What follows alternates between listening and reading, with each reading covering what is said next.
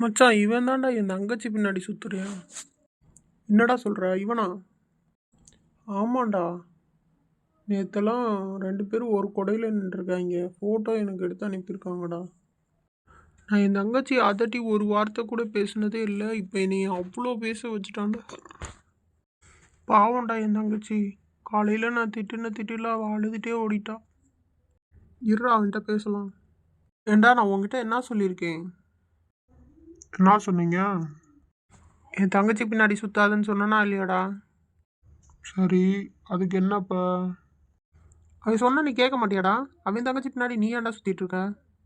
உனக்கு இதை பத்தி தெரியாது, நீலாம் பேசாத. யாரை பேசக்கூடாதுன்னு சொன்னா? அவன் என் ஃப்ரெண்டு, அவன் தான் பேசுவான். எதுக்குடா இவன் தங்கச்சி பின்னாடி நீ சுத்துற? எனக்கு பிடிச்சிருக்கு, நான் சுத்துறேன். உங்களுக்குலாம் என்ன? அவ என் தங்கச்சிடா. எனக்கு அவளை பிடிச்சிருக்கு, அதனால நான் அவள் பின்னாடி சுத்துறேன். உங்களுக்கு அது கஷ்டமா இருந்தா நான் என்ன பண்ண முடியும்? இவங்கிட்டலாம் பேசி பிரயோஜனம் இல்லைடா. விட்றா, வெளியில பார்த்துக்கலாம் ஒரு நாள். என்னடா சவுண்ட் ஓவரா இருந்துச்சு, அதான் வந்து என்னடா என்னாச்சு? ஒன்றும் ஆகலடா. அதான் ரம்யா உங்க அண்ணா வந்தியான். அவன் தான் வந்து திட்டிட்டு போறான், நீ தங்கச்சி கூட பேசாதானே. சொன்னா கேட்க வேண்டியதானடா. அவன் சொல்லி நான் என்னடா கேட்கணும்? ஆ, ரம்யா சொல்லட்டும் எதுவாக இருந்தாலும். இருந்தாலும் ரம்யாவோட அண்ணன் தானடா. யாரா இருந்தா என்னடா? அவளுக்கும் என்னதான் பிடிச்சிருக்குன்னு சொல்லும் போது அப்புறம் நான் என்ன பண்ண முடியும்? அவளை என்னால எல்லாம் விட முடியாதுடா. நிலை யாருக்காகவும் ரம்யாவை விடுற மாதிரி இல்லடா. என்ன பிரச்சனை வந்தாலும் நான் பார்த்துக்கிறேன்டா. யாரால எந்த பிரச்சனை வந்தாலும் நான் பார்த்துப்பேன். சரி மச்சான், சரி ஃப்ரீயா விடு. அங்க பாடுறா ரம்யா வர்றா. மச்சான் நீ வேற லெவல்ரா. இப்போத்தே அவங்க அண்ணன் கூட சண்டை போட்டா இப்போ அவங்க தங்கச்சி ஒரு ஓட்டியும் பாரு சந்தோஷத்தை. என்னன்னு தெரிலடா, எனக்கு அவளை ரொம்ப பிடிச்சிருக்கு, அதனால தான்டா. யாரால எந்த பிரச்சனை வந்தாலும் ஃபேஸ் பண்ணிக்கலான்னு தோணுதுடா. இப்போ அப்படிதான்டா மச்சா இருக்கும், போக போக தானே தெரியும். அப்படியே ரம்யாவை பார்த்தாலே மைண்டுக்குள்ள அப்படியே சாங்கா ஓடுது. ஏதானதோ கண்ணாடி போல் உடைந்திடும் மனது கவிதை ஒன்று பார்த்து போக கண்கள் கலங்கி நானும் ஏங்க மலையின் சாரல் என்னை தாக்க விடைகளில்லா கேள்வி கேட்க எங்கேயோ பார்த்த மயக்கம் எப்போதோ வாழ்ந்த நெருக்கம் தேவதை இந்த சாலையோரம் வருவது என்ன மாயம் கண் திறந்திவள் பார்க்கும் போது கடவுளை இங்கு நம்பும் மனது. பேச மாட்டீங்கன்னு நினைச்சேன், இவர்கிட்ட பேசுவீங்களா? நான் எப்போ உன்கிட்ட பேச மாட்டேன்னு சொன்னேன்? காலையில் அப்புறம் பேசிட்டு இருக்கும் போதே ஓடிட்டீங்க. அதுவா, அது நீ என்கிட்ட கொஞ்சம் கோவமாக பேசுனியா, அதனால தான் நான் போயிட்டேன். அப்படிங்களா? சாரிங்க, காலையில் எங்கள் அண்ணன் வர திட்டினானா, அதனால் கொஞ்சம் டென்ஷனில் இருந்தால் தான் உங்கள்கிட்ட காட்டிட்டேன். சாரி, மன்னிச்சுக்கோங்க. சரி விடு ரம்யா. என்ன ரம்யா, கண்ணாலே பேசிகிட்டு இருக்கீங்களா? பேச மாட்டேன்னு சொல்லிட்டு பேசிகிட்டு இருக்கேடி இவ்வளோ நேரமா. மச்சான் நான் அப்படியே கிளம்புறேன்டா. இருடா போகலாம். அதையும் என்ன பார்த்து சொல்ல மாட்டேன், அதையும் அங்கிட்டு தான் பார்த்து சொல்லிட்டு இருக்க. நான் கிளம்புறேன்டா மச்சான், பாய். இருடா நானும் வரேன், போகலாம். சரி ரம்யா, ஈவினிங் பார்க்கலாம். சரிங்க, பாய். ஓகே ரம்யா. என்னங்கடி என்னையே பார்த்துட்டு இருக்கீங்க? ஏதாவது வாங்கி சாப்பிடுங்க, கிளம்பலாம் நம்மளும். எதுக்கு கேன்டீன் வந்தோம்னே மறந்து போச்சுடி. உனக்கே மறந்துடுச்சா? சாப்பிட்றதுக்குன்னு இருக்கிற ஆளே மறந்துட்டாங்க பாரு. ஏன்டி ரம்யா இப்படி பண்ணுற? சாரிடி கனி. இரு, இப்போ ஏதாவது நான் வாங்கிட்டு வரேன். கிளாஸ் ரூமில் போய் சாப்பிட்டுக்கலாம். அப்படியும் சாப்பிட்றத விட மாட்டா. சரி வாடி ரம்யா, நம்ம போகலாம். இன்னைக்கு இருந்த ப்ரெஷரில் இன்னைக்கு அவரை ரொம்ப திட்டோம். எவ்வளோ ஸ்வீட்டாக பேசுகிறாரு. அவரை நினச்சாலும் ஹாப்பியாக தான் இருக்குது, ஆனால் எங்கள் வீட்டை நினச்சா ரொம்ப டென்ஷனாக இருக்குது. அதுவும் எங்கள் தினேஷ் அண்ணா இருக்கான் பாரு, அவ்வளோதான் கொண்டுருவான். ஆனால் எங்கள் அண்ணா அவ்வளோ கோவப்பட்டு நான் பார்த்ததே இல்லை, அதான் கோவப்பட்டு பார்க்குறேன். என்னடி ரம்யா நீயா ஏதோ பேசிகிட்டே இருக்க? ஒன்றும் இல்லடி கனி, காலையில் வீட்டில் நடந்ததெல்லாம் நினச்சி பார்த்துட்டு இருந்தேன். சரி ரம்யா. இது என்ன ஏதோ ஒரு பேப்பர் கிடக்கு, ஏதோ எழுதியிருக்கே. மாலை 5 மணிக்கு பழைய பூங்காவுக்கு வாங்க, உங்கள் வாழ்க்கையை மாற்றும் உண்மையை சொல்றேன். யாரா இருக்கும்? கீழே பேர் எதையும் காணோம். சரி, நம்ம கிளம்பலாம். இங்க என்ன பண்ண போறோம்? நாளையிலிருந்து உன் வாழ்க்கையை மாறப்போகுது அரவிந்த். இனி நீ ரம்யாவை நினைக்கவே மாட்ட அரவிந்த். என்னால் அரவிந்தை நினைக்காம இருக்கவே முடியல. எனக்கு எப்பயுமே அவர் ஞாபகமாக இருக்கு.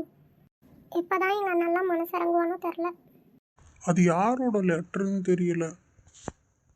ஒருவேளை ரம்யா எதுவும் எழுதி போட்டிருப்பாளோ. சரி விடு, நாளை காலேஜ் போய் கேட்டுக்கலாம் ரம்யாட்டே. எப்போதான் வருவாளோ தெரியல.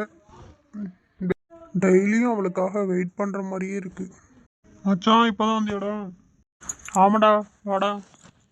டெய்லியும் வந்து உன் ஆளுக்காக வெயிட் பண்ணுற மாதிரியே இருக்கியாண்டா. ஆமாடா, டெய்லியும் அவளுக்காக தான்டா வெயிட் பண்ணிகிட்டே இருக்கேன் காலையில். இன்னும் காலேஜ் கிளம்பலையா? கிளம்பணும்ண்ணா. காலேஜ் போயிட்டு வீட்டுக்கு வரணும். சரிண்ணா. காலேஜ் கிளம்பிட்டியா ரம்யா? ஆமாம்மா கிளம்பிட்டேன். சரிம்மா, போயிட்டு வா. சரிம்மா. ரம்யா, சொல்லுங்க. கனி, நீங்களா கிளாஸ் போங்க, நான் பேசிட்டு வரேன். சரிடி அம்மா, நாங்கள் கிளம்பிட்டோம். மச்சான் நானும் கிளம்புறேன்டா. அப்புறம் என்னையும் கிளம்ப சொல்லிடுவாங்க. ரம்யா, நான் உங்ககிட்ட ஒரு விஷயம் கேட்கணும். சொல்லுங்க அரவிந்த், என்ன? இந்த ரம்யா, அந்த லெட்டரை பாருமே ஒரு நிமிஷம். நாளை மாலை 5 மணிக்கு பழைய பூங்காவுக்கு வாங்க, உங்கள் வாழ்க்கையை மற்றும் உண்மையை சொல்கிறேன். என்ன அரவிந்த், பேர் எதுவுமே இல்லை. யார் எழுதுனா அந்த லெட்டரை? தெரியல ரம்யா, அன்னைக்கு நீயும் நானும் பேசிட்டு இருந்தோம்ல, அந்த இடத்துல இருந்தது. சரி, நீ தான் எழுதியிருப்பேன்னு நினச்சி நான் உன்கிட்ட கேட்கலான்னு வந்தேன். ஐயோ, நான்லாம் எழுதல, எனக்குலாம் இதை பற்றி தெரியாது. சரி ரம்யா. யார் எழுதுனா அந்த லெட்டரை? தெரியல ரம்யா, அதனால தான் உன்கிட்ட கேட்டேன். எனக்கு இதை பற்றி தெரியல அரவிந்த். எனக்கு கிளாஸ்க்கு டைம் ஆச்சு, நான் கிளாஸ்க்கு போகிறேன். பாய். சரி ரம்யா, பாய். முன்னாடி பேசிட்டு வந்துட்டியா? பேசிட்டேன்டி. என்ன சொன்னாங்க? ஒன்றும் சொல்லலை. எங்கள்கிட்ட எல்லாம் நீ சொல்லுவியா? என்னாச்சு ரம்யா? அது ஒன்றும் இல்லடி, அன்னைக்கு நாங்கள் நின்றுட்டு இருந்த இடத்துல ஒரு லெட்டர் கிடச்சதாம்மா, அது நான் தான் எழுதியிருப்பேன்னு சொல்லிட்டு கேட்டாங்க. என்னடி சொல்கிற, நீ ஏன் எழுதுன? இல்லடி. ஏண்டா, இப்போதான் கேள்விப்பட்டேன். நேற்று ஏதோ உனக்கு மிஸ்ட்ரி லெட்டர் வந்ததாமா. யாரோட காதல் கதையோ ஆரம்பமாக போகுது. அப்போ ஏண்டா நீ வேற, சும்மாடுறா நீ வேற. சரி சரி, அந்த லெட்டர் யாரா கொடுத்தா? அதான் எனக்கும் தெரியல. என்ன பேசிட்டு இருக்கீங்க? அரவிந்துக்கு ஒரு சீக்ரெட் லெட்டர் வந்திருக்கு, அதை பற்றி பேசிட்டு இருக்கோம். என்னடா சொல்ற? அப்படியா? ஆமா கௌரி. அப்போ யாரோ இம்பார்ட்டன்ட் பர்சன் தான் யாராவது அனுப்பியிருக்கணும். சரிடா, பாய். ரம்யா, நான் உங்ககிட்ட பேசணும் ரம்யா. இப்போ அந்த லெட்டர் நீ அனுப்பலையா ரம்யா? நான் எதுக்குங்க உங்களுக்கு லெட்டர் அனுப்ப போகிறேன்? சரி அரவிந்த், பாய். அப்போ திரும்ப 2 பேரும் பேச ஆரம்பிச்சிட்டிங்களா? நான் உங்கள் 2 பேர்த்தையும் பேசவே விட மாட்டேன், பாருங்களேன். நான் சொன்ன விஷயம்லாம் தயாராக இருக்கா? சரி, இன்னைக்கு சாயங்காலத்துக்குள்ளே அதெல்லாம் நடந்தாகணும். நான் கட் பண்ணுறேன். யாரோ வர சொன்னாங்கன்னு எழுதியிருந்தது, இங்கே வந்து பார்த்தா யாரையுமே காணோம். ஆனால் இங்கே வர சொன்னது யாராக இருக்கும்?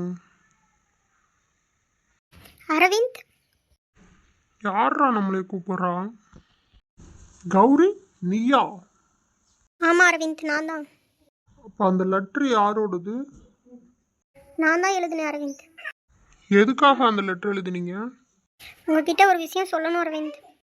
அரவிந்த், நான் உங்களை ரொம்ப நாளாக லவ் பண்ணிக்கிட்டு இருக்கேன். என்ன சொன்ன? நான் உன்னை ஒரு நல்ல ஃப்ரெண்டாக பார்த்துட்ருக்கேன். என்ன வந்து நீ லவ் பண்ணுறேன்னு சொல்லிட்டு இருக்க?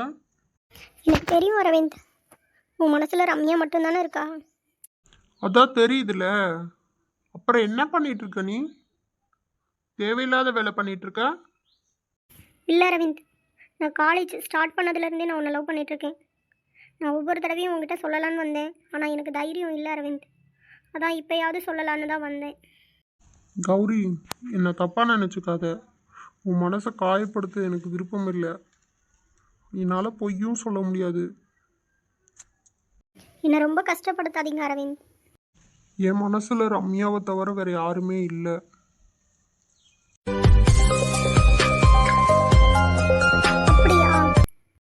மன்னிச்சிடுங்க. சரி நான் கிளம்புறேன் கௌரி. பாய். இதுக்கு மேலே என் மூஞ்சில கூட நீ முழிச்சிடாத. நான் கேட்டது காதல் மட்டும்தான். ஆனால் நீ என்னை மறுத்துட்டல.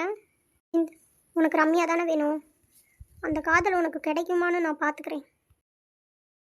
யார் வர சொல்லியிருப்பா அரவிந்தன்? என்ன ஏதோ மெசேஜ் அந்த மாதிரி இருக்கு. இப்போ என்கிட்ட சொல்லாமையே கௌரியை பார்க்க போயிட்டாரா? ரம்யா என்னாச்சு? எதுக்கு அழுதுட்டு இருக்க? ஒன்றும் இல்லை, நான் சும்மா தான். எதுக்கு என்கிட்ட மறைக்க பார்க்குற? என்ன மறைக்கிற என்கிட்ட இருந்து?